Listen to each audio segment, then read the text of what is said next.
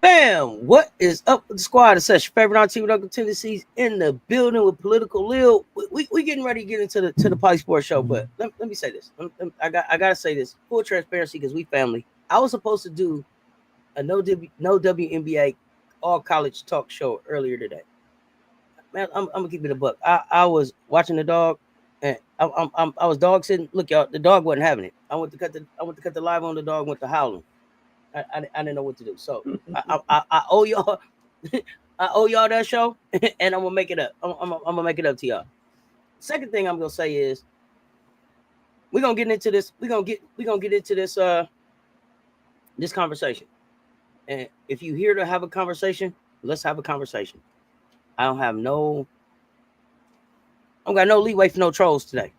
I don't got no leave for no foolishness or none of that. If we're gonna have a conversation, let's have a conversation. So I'm saying that from the gate, trying to set the tone. But good afternoon, how y'all doing? What's up? What's good? Political Lil, what's happening? All right. Always ready to have the PoliSports tea time. Oh, it's tea time. We're gonna get some tea time in before we get to basketball time. We got some good ones coming up starting at 7. So let's get into this. We'll be up here about 45 minutes or so, and we're gonna get to basketball tonight. If you didn't catch, now joining the conversation, morning edition. Coach Roy is back for a special 9 o'clock. Now joining the conversation as part of Hoops tonight. So don't miss it. Pull back up, hang out. Let's get into this conversation. Appreciate y'all pulling up. Kia High Life, appreciate you being here. Robbie Fung, what's good? Cecil Johnson, what's happening? Living best life. What's good? What's good? What's good? Let's talk, y'all. Welcome to PoliSports Tea Time. Listen, y'all know we mix hoops with heat, power, politics. This is race, gender, strategy, scoreboard. They all gonna collide. Y'all know what it is. Appreciate y'all coming in the door. Like and share. They both right there. 5 of y'all share this thing out. At least 5 of y'all share this out. Push share it in the chat so I know you pushed it out there.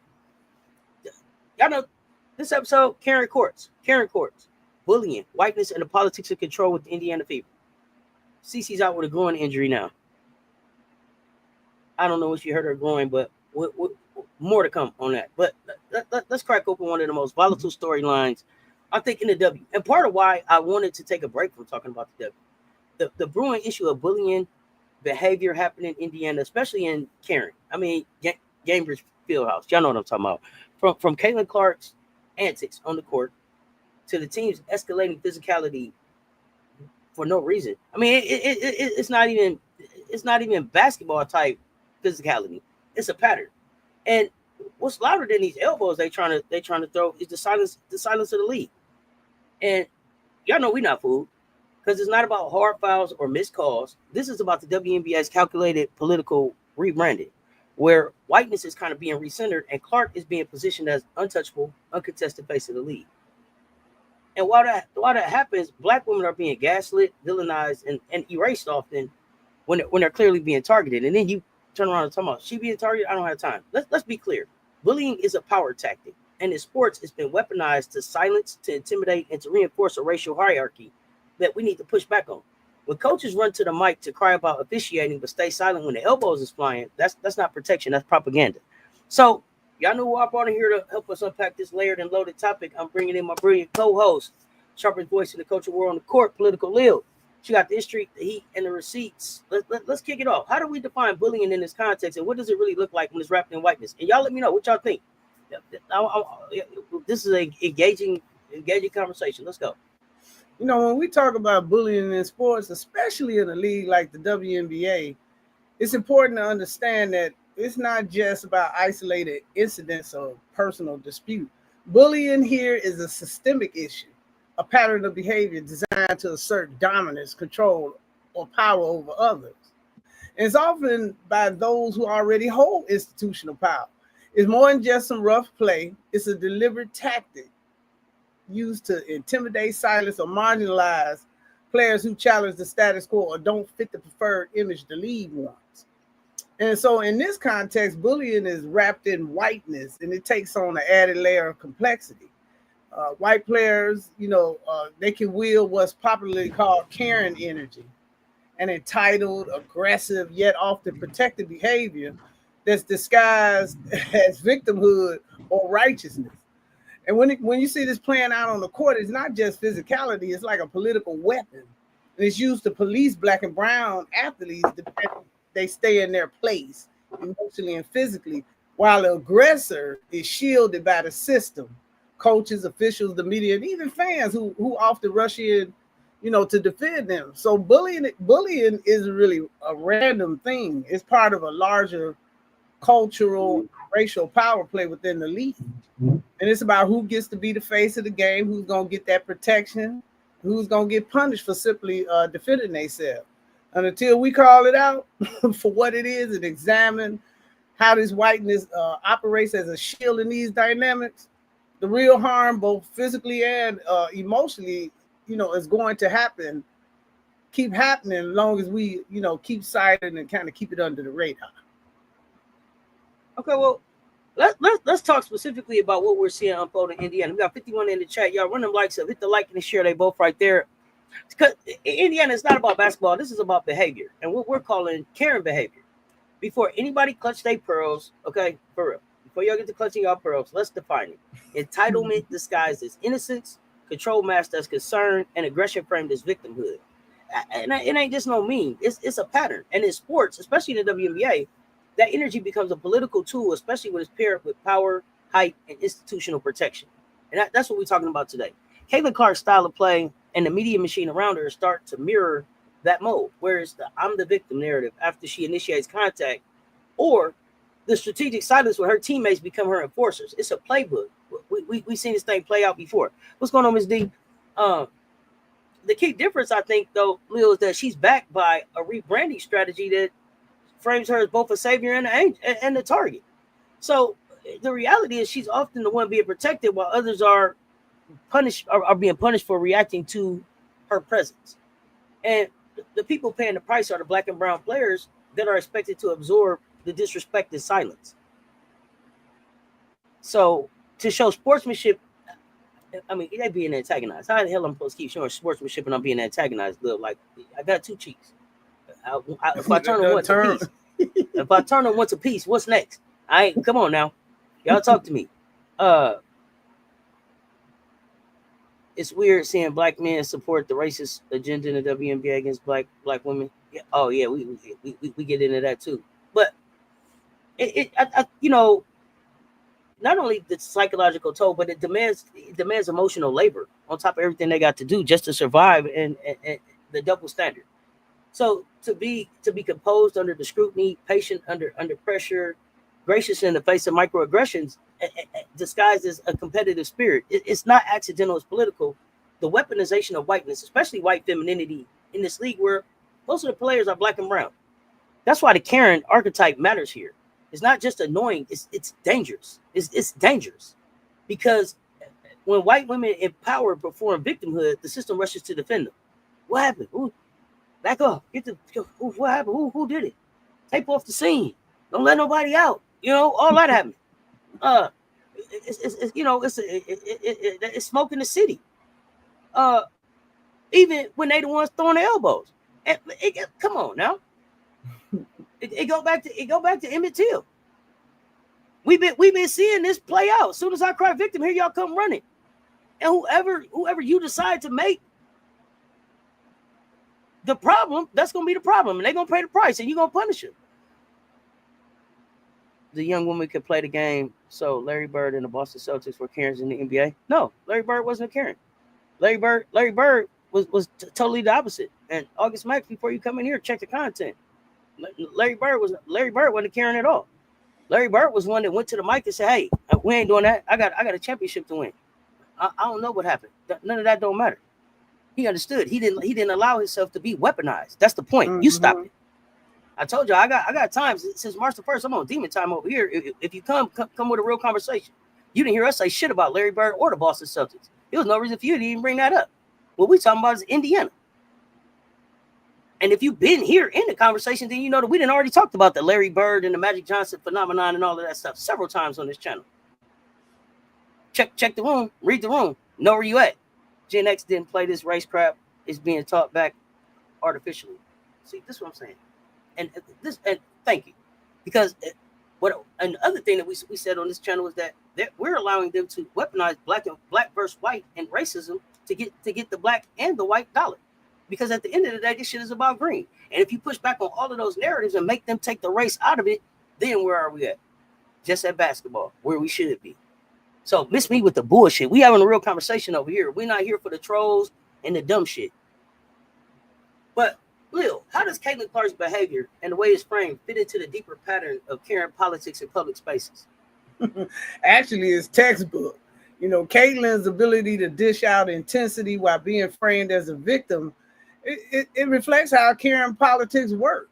You use aggression, then hide behind innocence. And when the system rushes in to protect that image, it reinforces the idea that white women can provoke and still be portrayed as being under attack. Well, what does it do to black and brown athletes when they're constantly told to stay composed in environments built to provoke them? It kind of forces them to perform calmness under pressure, and that's anything but fair. It's like emotional labor on top of elite performance. And it creates a culture of silence, where black athletes aren't able to defend themselves without being labeled as a problem. And that's not professionalism. It's really a form of suppression. Exactly. And living best life, you're right. They playing in our faces without us and do not care. Nothing new. We need to keep calling it out and name it. Bullshit. My family is a rainbow. My family is a rainbow. Miss me with the bullshit. Chat, have you ever seen caring behavior show up in sports, at work, at school? How does it play out in everyday life? Do you think the WNBA is enabling this dynamic by staying silent, or is it part of their bigger strategy to protect their new face of the league? Leo, I think that they're complicit by staying silent, but I also think that they're staying silent because it's the strategy. The strategy was to stay silent so that we can stay silent so we can allow this dynamic to carry out the strategy that we're looking for. Right? We talked about, I don't know how long since you first approached the channel. Political Lil since the beginning. Okay, political Lil firing. You hear me? Bop, bop, bop. I'm like, now I'm gonna get through off YouTube. Who is political Lil? And now to see us here now, taking these deep dives, I know. I say all that to say I understand how educated you are in this area, right? And how much research and how serious you take this and how much knowledge you have around it. So when we talk about when you were talking about, and I don't remember how many years ago, if you don't mind, remind us, there was a plan to implement the league with, was it 4 or 5 faces? There were some young ladies that were pegged 3.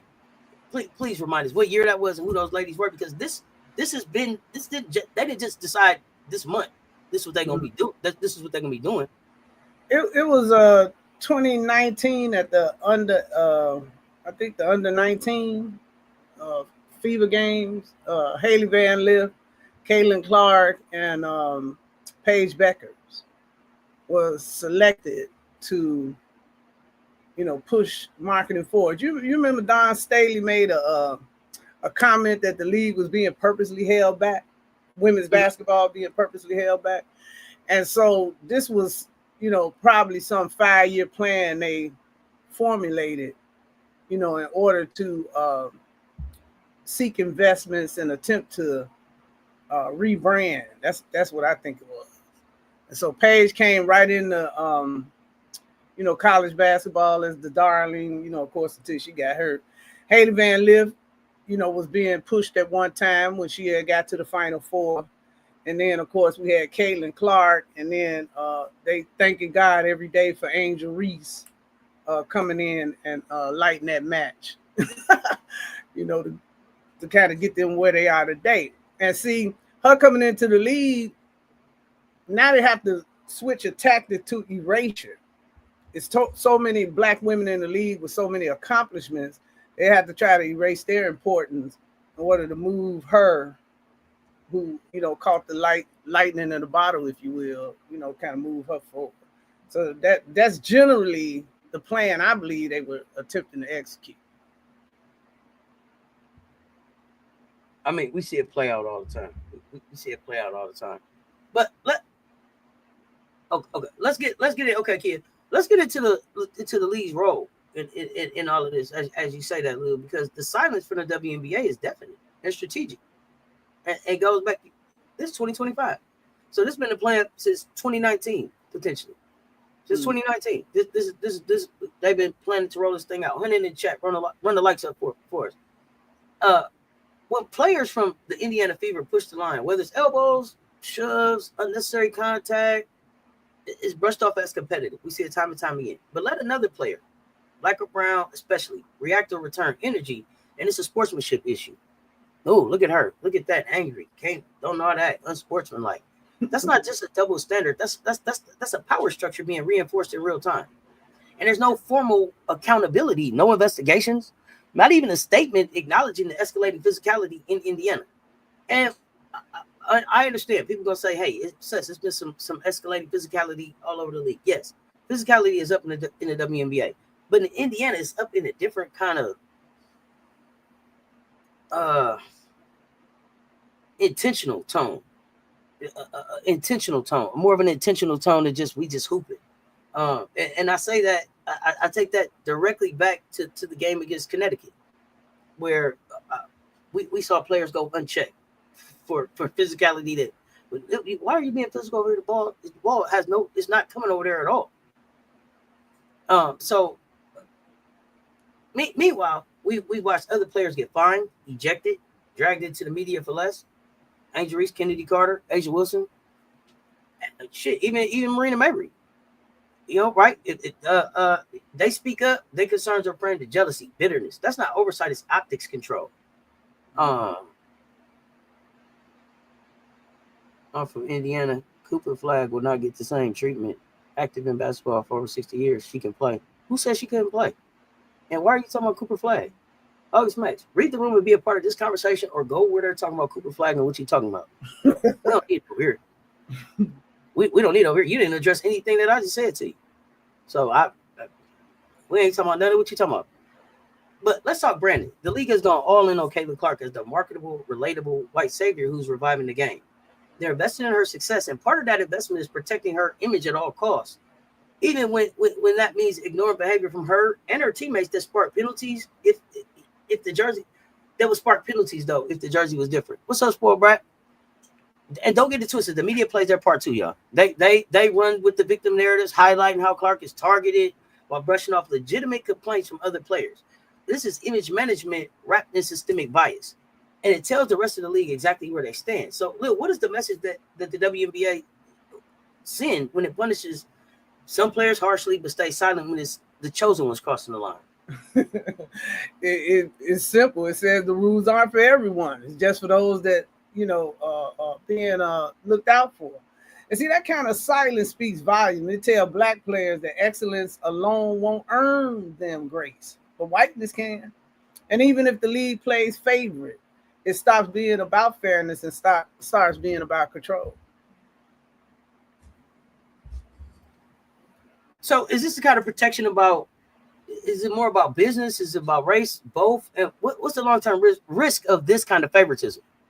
Well, it's really about both. You know, the league is chasing a safe, profitable model rooted in whiteness. But in doing so, they're gambling with their integrity. And that's a long-term risk. You know, alienating the very players who built the league, because if they stop believing the system values them, then they're going to stop playing along with it. And you're going to find that your labor pool is going to be dissipated. Other leagues are going to emerge, and your best players are going to go where they feel like they can, receive fair treatment. A lot of times in these racialized labor markets, they have an advantage by being the only game in town. Right now, the WNBA is being marketed as, it's the top league, the 156 best players, all this kind of carrying on. Mm-hmm. But as your unrivals rise, as your upshot who's coming, online, as other people start taking their money and building, leagues around the country, then your labor pool gonna dissipate eventually, and you're gonna wind up with an all Karen league if that's what you're aiming for. Absolutely. Let me say what's up to the folks on Facebook, X, Instagram. Darius, what's good? Russell, only read the facts to the chat. Babyface K, what's good? I'm asking it in the chat too. You guys, have y'all noticed the difference in how the league handles physicality depending on who's involved? Y'all drop some examples for me. Drop some examples. But let's pivot to the sidelines, because the Fever's coaching staff has become one of the loudest megaphones in this campaign to spin. And instead of acknowledging the team's increasing aggression, coach Steffi White and others have doubled down on the narrative that Clark is the one being targeted. They go into the mic game after game, pushing the idea that she's being treated unfairly by the officials. I see posts out there.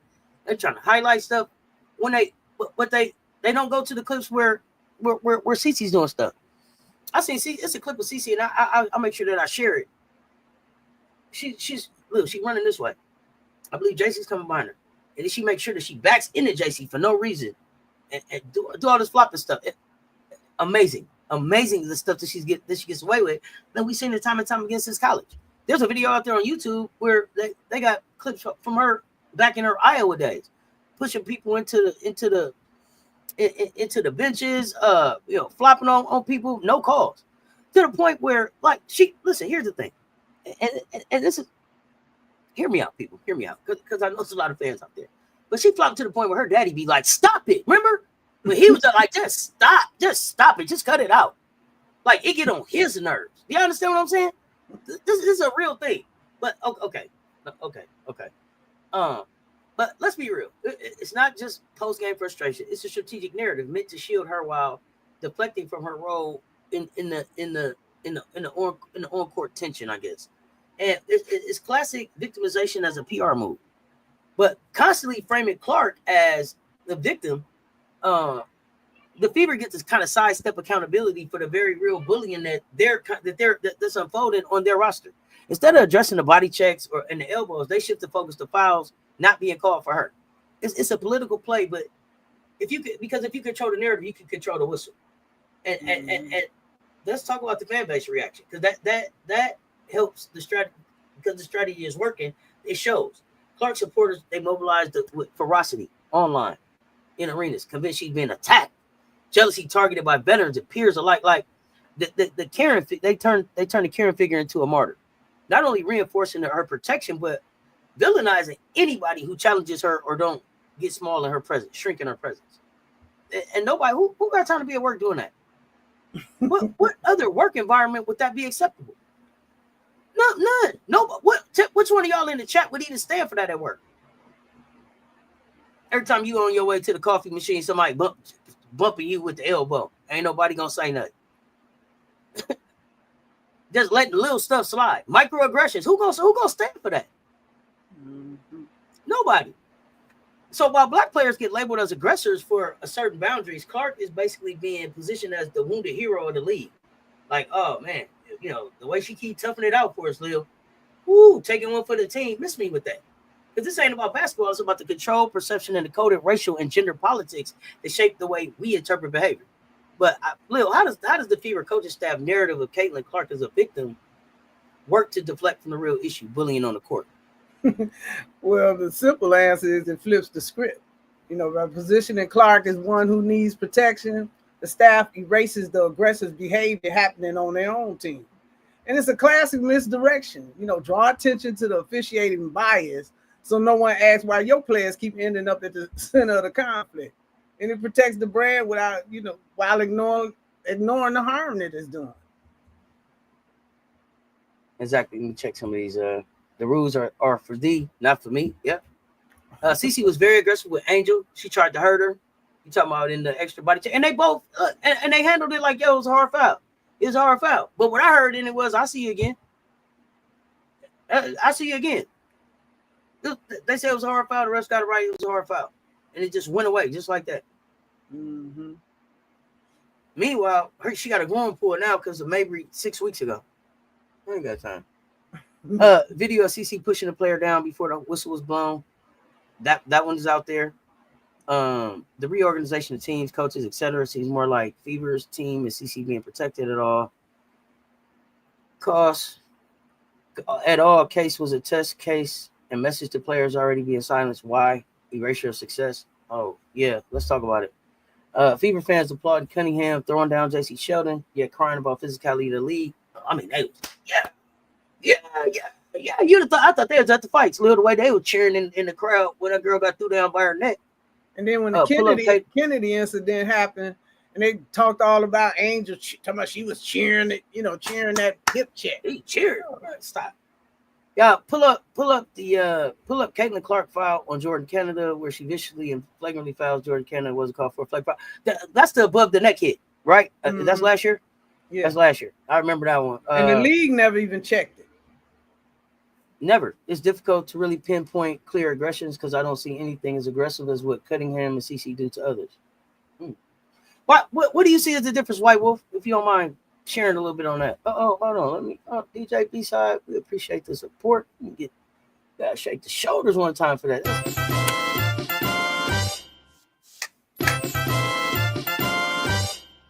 Yeah, we support fam. Thank you. We just here for the conversation, y'all. Always appreciating the knowledge and on-point discussions you both share. Keep up the superior work. Thank you, DJ B-side 1965 for the support. It's a deflection, so the media don't have to ask why CC has won for her last 29 3 shots.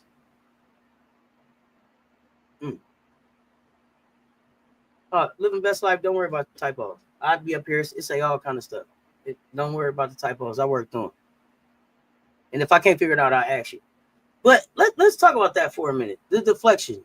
CC, is this about her playing poorly right now, Lil? How much of this is about her playing poorly right now, do you think? Oh, absolutely. Absolutely. When you have somebody that you're trying to position and they're not playing up to, the money that you bringing in, the type of fans that they're attracted to, fear sets in. So you're going to come up with all kind of things to try to make it seem like it's something going over there. The government pulls it all the time. It's just like the economy is falling apart. Hundreds of thousands of people are losing their job. So they go over here and bomb, throw some bombs on Iran. What? These people Lil, I'm old. I'm old, as I like to tell people. I'm old. So I'm old enough to remember this movie called, I think it was called Wag the Dog. It's a movie called Wag the Dog with I think it's Dustin Hoffman and them in there. But basically, the president is about to get caught up. Stories about to break about the president messing with a lady, cheating with a lady. And instead of letting that story get out, they show you how they just manufactured a war. Like, wasn't even no war nowhere. They was a place that took some pictures, made it look like a hero, just manufactured an entire narrative and pushed it out into the media so that the story didn't break. And I was like, I already know what happened in the movies. They ain't just nobody's imagination. You've seen that somewhere before. So they manufacture narratives, and they tell us in our face that they manufacture narratives, and then dare us to say something about the narratives that they're manufacturing in our face. That's the wild part to me. They'll build it right in front of you and be like, say something. Yeah, because they have a whole army out there to try to dispute anything you're saying. Just like some of these people coming in here in this chat with that nonsense, misinformation, or just trying to throw the conversation off, trying to move the conversation away from peeling back layers to get to a solution, so that it's not about race, so that people can't weaponize race against us, so that we recognize that we all play a part in this damn thing. But what does it say about power when the person throwing elbows gets defended harder than a person absorbing? You know what? That shows exactly who the system was built to protect. And when harm doers are framed as victims, it's not just favoritism. It's a form of institutional gaslighting. And it tells us that visibility matters more than accountability. And that whiteness still buys innocent, even when the footage says otherwise. So, even in the cases of police brutality, we come, used to be a time you couldn't come with the tape. You can come with the tape now, and they'll still push. Rodney King? King? Push the media out. They whipped his ass and I was tired. That's gaslight, trying to make you believe, I didn't see all those unnecessary hits. That was a monster coming at them. The monster all tied up in the fetal position, but they had you thinking the man was up swinging like it was a bar fight. Exactly. Do y'all think the coach is using the media to shift blame, or do they really believe Clark is being mistreated? I'm interested to know what y'all think about that. But let's zoom out and get into the labor politics, because this isn't a PR problem or a locker room culture issue. It's a calculated move unfolding while The W enters. This is a critical moment. This is a critical time. The players just opted out that CBA. That means everything from salaries, endorsements, working conditions, back on the table. Everything's back on the table. Everything. You know, they give them a stipend, living quarters, stipend for transportation, all that stuff. All this is back on the table. And while that battle is going on, we're watching the league pour its resources into branding one player as the future, while sidelining the voices of the majority. Man, this rise of the favoritism rooted in racial optics and class access threatens to fracture that the fragile unity that the players have built, like this cachet of unity that they built up over these years.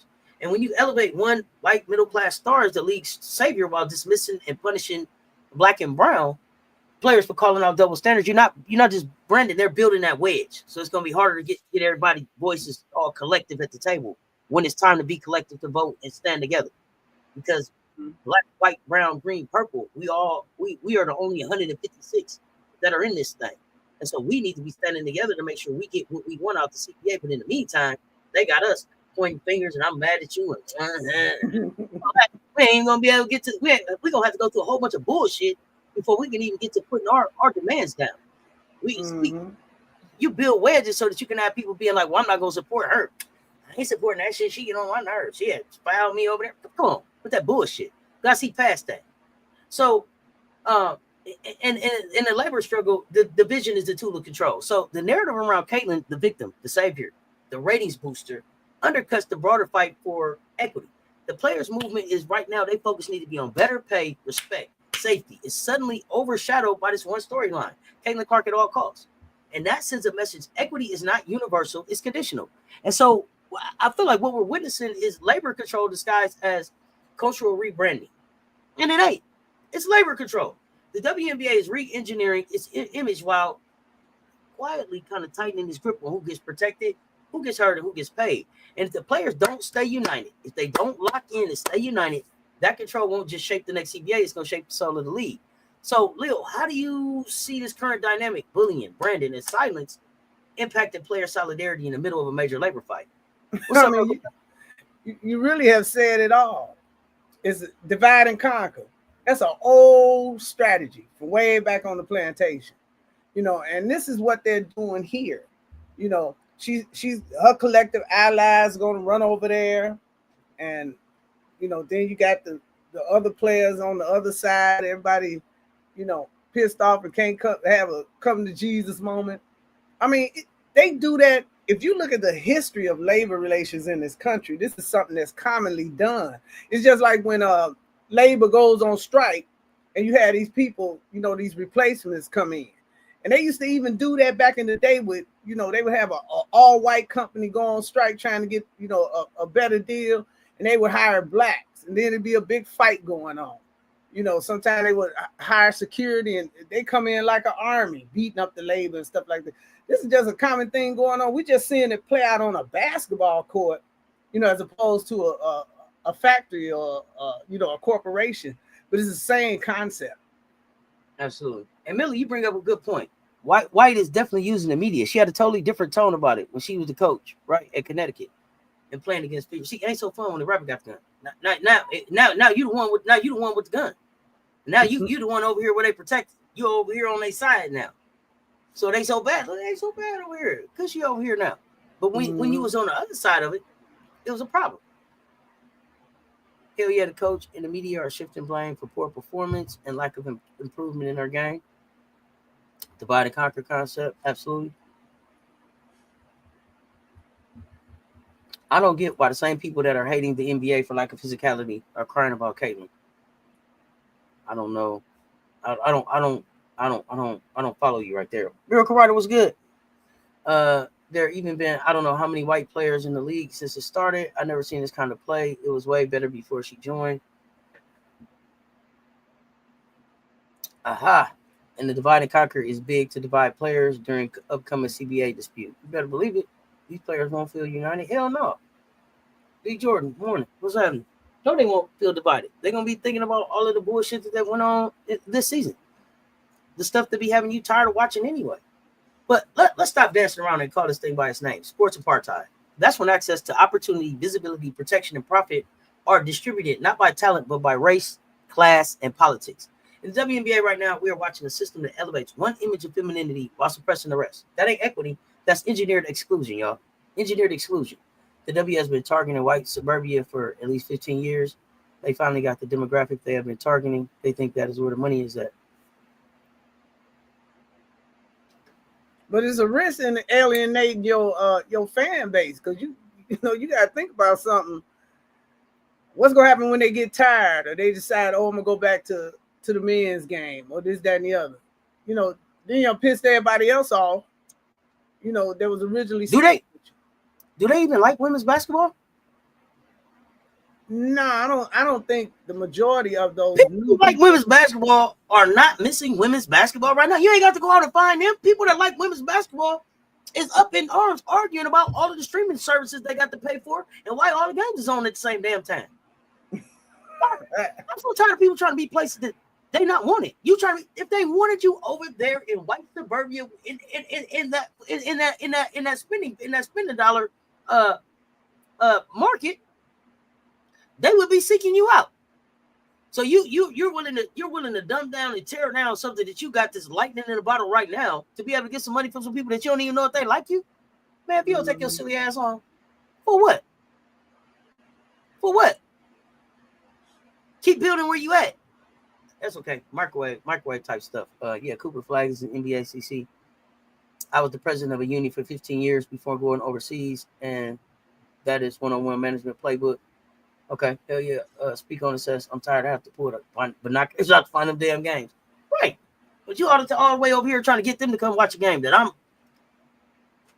got 6 screens up trying to see them all at the same time. I done took the baby tablet. Be quiet till the game is off. I got everybody tablet trying to see all the games. You hear me? Come on now. You got your computer up, your TV on, my phone is on. Give me the baby tablet. Where the iPad? Everything is up. Man, come on. Angel Reese, Kennedy Carter, Asia Wilson, they don't get the benefit of the doubt. The soft camera angles or the league-funded marketing machine. And please, can y'all get some better pictures of Camila Cardoso? She's been in the league for a year, one season, a season and a quarter of a season. I'm tired of the same only 6 pictures of Camila Cardoso. Take some pictures of Camila, please. But I'm sorry, I had to get that out. They get labeled angry, aggressive, or envious. Meanwhile, Caitlin Clark is being centered as a universal product. Everybody like her because her whiteness is seen as more relatable. It's more marketable, right? And therefore more valuable. This is what happens when black bodies fill the lead.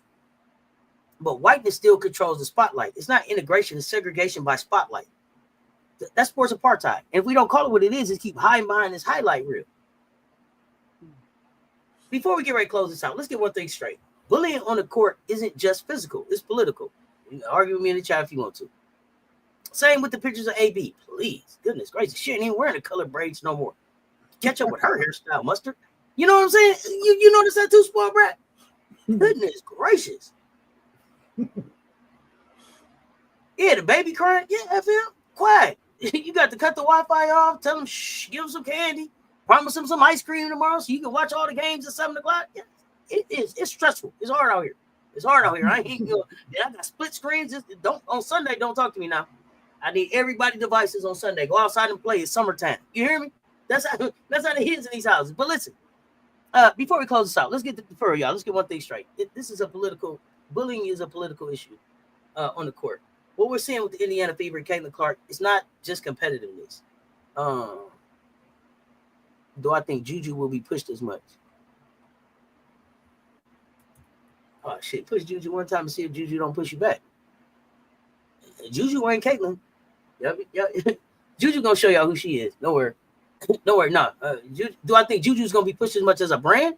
Or Juju's going to push her own self? They got a blueprint they follow. They're not worried about what Juju and these people coming next, these young women coming next, these black and brown women coming next. They don't give a damn about whether the WNBA is going to push them or not. Because most of them, when they get to the WNBA, they're going to be a bigger goddamn brand than the WNBA anyway. Exactly. By they goddamn self. That's the scary part. When Juju get there, Juju already got Nike. She already got Gatorade. She already got Nerd Wallet. She already got whatever she owned as a family. She got all of that shit already. What you got to give me? Because all I'm here for is the jury. See what I'm saying? So I don't need you to fucking push me. I got a team that push me. You want to talk to my team to see if they can help push you? Juju everywhere. Juju ain't played basketball since when? Shit, every time Juju would go outside and breathe, it hit my phone. You hear me? They ain't gonna need. She ain't worried. They're not worried about them, and that's the problem. Mm-hmm. That's the problem. That's the fear. Exactly, because when you come sit down at the table, you don't need me. I need you. Mm-hmm. I can bring more to your league than you can hand me. All you can give me is the opportunity to play with them. And if you keep messing around, I ain't gonna need your opportunity because I'll go over to Unrivaled and just go 1v1 and say I'm the best one-on-one thing in the world. So what we talking about? See what I'm saying? That's the fear. And this is why we got this type of bullshit going on right now, so that people don't realize that's the problem. And I feel so sorry for the vets in the league, because these vets in the league need to take these next 24 to 36 months, because it's a real small window, and try to partner with some of these young people and get their old ass brands cranked back up. For real. You hear me? Hey man, you a legend in this thing. Crank that stuff back up, Tina Charles. Let them know who you is. Post what your highlights was. Let them know who you are. Let them know why you Tina Charles in here. Let them know why when Asia get 5,000 that it means something when they stop the game and you come and get that hug and say, I see you. Let them know why. They don't know who Candace Parker is. WNBA ain't gonna tell you. You know why? Because they pissed off at Candace because Candace came out gay. Candace was gonna be the darling of this thing. Candace that got married, had a baby. They thought they had found them one. What? Yes. Yeah. Candace said, got something to tell y'all. They pushed Candace to the side like she wasn't shit. You hear me? Same thing with Cheryl Swoops. Even when Cheryl Swoops came back around, it was like, I don't know, sometimes maybe not. They were like, we don't give a damn. You said it the first time. I ain't gonna hold y'all up now. I'm here for a real conversation. Okay, y'all don't have that conversation today. We got basketball coming up. I'm gonna let y'all get out of here. But listen, Maya too. Well, Maya. See, here's the thing with Maya. Maya went off and save somebody from the prison. You want? Mm-hmm. Oh goodness gracious, girl! They said, oh no, Maya. We don't. All the good Maya did. They don't show Maya nowhere. How the hell aren't you pushing that story? This girl came out of college. Gonna be the next Michael Jordan. Gonna win it all forever. Every time she go to the finals, she wins this thing. She could have had 6 of them. Like Michael, never lost, right? She left that to go and help somebody else. What kind of story is that? Why isn't the WNBA telling that story more? Why don't they have that one around here being an ambassador? I don't know. Why these women don't want to be around? I'm not asking no more. Why doesn't the WNBA have these women around being ambassadors? And I'm asking, why don't these women want to be around the WNBA being ambassadors? Why are they quicker to go and be at a college someplace that they didn't even fucking go to and put their name on it and try to help basketball there, than to try to be right here walking and talking about the league that they was a part of? What's going on in this league? Well, we ain't got time for that because this basketball coming on. I had y'all here too long anyway. So look, what we're seeing with Indiana Fever and Caitlin Clark isn't just competitiveness. It's a carefully constructed narrative, y'all. A narrative where some players are protected while others are punished. What's up, MJ? A narrative that tells black women to play the game, but not too loud, not too proud, and definitely not visible. This isn't just about fouls. It's not about box scores. It's about power, protection, and who gets the benefit of the doubt. The WNBA can't keep claiming progressive values while ignoring the way a silence contributes to the imbalance and the harm. We need transparency in league discipline. We need accountability in media framing. And most of all, we need unity among players and fans who refuse to let one brand rewrite the entire league story. So if you're tuning in with us here, the call to action, comment on this conversation, like and share this live. And when we go up, send it out to 10 people. Spread the word like Angel spreads rebounds, fast, strong, and with purpose. Because around here, sport is never about the game. It's about the stories we tell. And at tea time, we spilling all the tea because we know you got to watch the play behind the games people play. You got to watch the play behind the games people play. Lil, what you got before we get ready to get out of here? I ain't got much. Thanks for coming. Comment, like, share. We appreciate you. And we're going to keep bringing you that political content because you need to know that every act is a political act. Anything you do touches politics, and it is what it is. Absolutely, Jeffrey. So sorry to hear about your loss, man. Send thoughts and prayers around to your family. So sorry to hear about the loss of your brother. Glad to have you back in the chat, fam. Godson Don, welcome to the fam. The Dub is playing the know your place game. Well, here, Robbie, and this I'm gonna say, and we'll talk about this the next time you see it. How the hell can you tell me to know my place where I ain't no place in 2025? You're not gonna keep hitting me with 1960 ass. 1960 ass plans, man, and I got a 2025 brain. I got the World Wide Web in my hand. It's too easy to find out what's going on here. Mm-hmm. It's so much stuff right here in your phone. Hey, they talking about wake up. I don't know if you need to be woke. I don't know about being woke, but I need y'all to pay attention. I need y'all to for sure pay attention. But listen, y'all, we got some good hoops coming on. Coach Rowe gonna be pulling up in about 2 hours. I'm gonna be back in just a little bit to hang out and watch some hoops if y'all want to come back and hang out. MJ Lover, we add Cess. My comment. I didn't see a comment, Jeffrey. Read my comment, please. I didn't see another comment other than the one about your brother, but let me know. Yeah, the web will mislead you too, RDL. Yeah, you better believe it. But at least know on here where you're going on the web, and that's a great point because some people come and tell me what I seen on Facebook, but if you didn't see it nowhere else, people come and tell you some breaking news and be like, "Did you see it on TV? Who said it?" I had seen it on this one channel on Facebook. It did it bring on your phone, CNN, TMZ, anybody said. Did your cousin text you and say that it happened? No. Come on, y'all. I know it's old fashioned, but when I was a kid, they used to tell us you gotta put your thinking cap on. Yeah, we gotta put our thinking caps back on. We around here being led around by AI and bullshit. Put your thinking caps back on. Look, see, feel. Look, see, feel. That's what Coach Victor said. Look, see, feel. That applies to everything. If something don't look right, don't see, don't look right, don't seem right, don't feel right, double check it. Mm-hmm. Double check it. And if it still don't look, see, feel right, triple check it. Ask somebody. Look on the web. Read a book. Go to credible sources. Know what credible sources are. Validate your sources. If the only place that you heard some shit is a content creator and they can't tell you where they got it from, move around. I'm happy Oklahoma Thunder on the NBA championship. MJ, you still here? MJ, let me know if you're still here.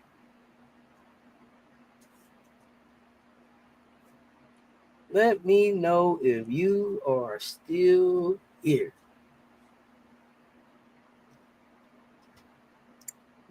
If you are still here, MJ, please show Dean R to the shadow realm.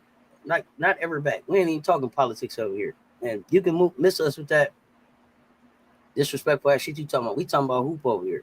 So get Dean out the chat because they got lost over here. But y'all know what it is. Until next time, y'all stay tuned. Talk soon. That's Political Ill. Let's talk sports. I'll see you in a minute. We out.